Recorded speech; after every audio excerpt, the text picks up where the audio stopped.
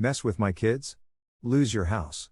I'm M50, raising two stepsons, whom I simply call my sons, as I've been in their lives since they were 8 and 10. Now, they are young men. My wife and I made it a point to maintain a good relationship with their dad, Jason.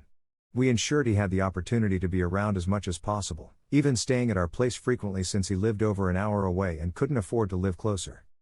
Jason had a crazy ex-girlfriend who had tried to claim they were married, making various assertions such as common law or a secret marriage on an Indian reservation. However, he had a restraining order against her due to her erratic behavior and attempts to sabotage his life. The ex was a horrible person with a history of arrests for forgery and fraud. Although Jason and she had a tumultuous relationship, he still tried to make it work because he cared for her daughters and grandson.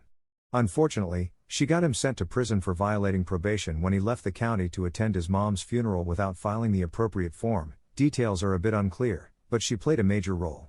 After his release several months later, she wanted him back, but he made a clean break, moved to a new town, and obtained a restraining order due to her continued harassment.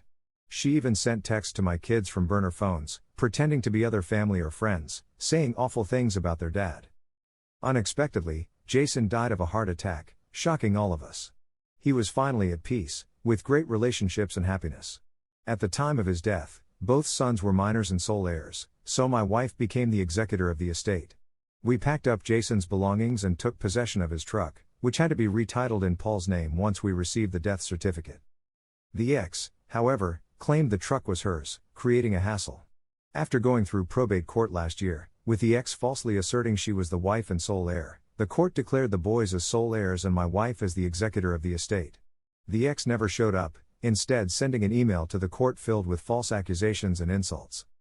During this time, we discovered that Jason's name was on the deed of the ex's house. She had put him on the deed for a reduction in property taxes due to his disabled veteran status, but not on the mortgage. Angered by her actions, we filed a lawsuit for half the house, worth about $380,000. Despite a mediated settlement offer, she rejected it. In April, her lawyer dropped her, and she got a continuance for the first hearing.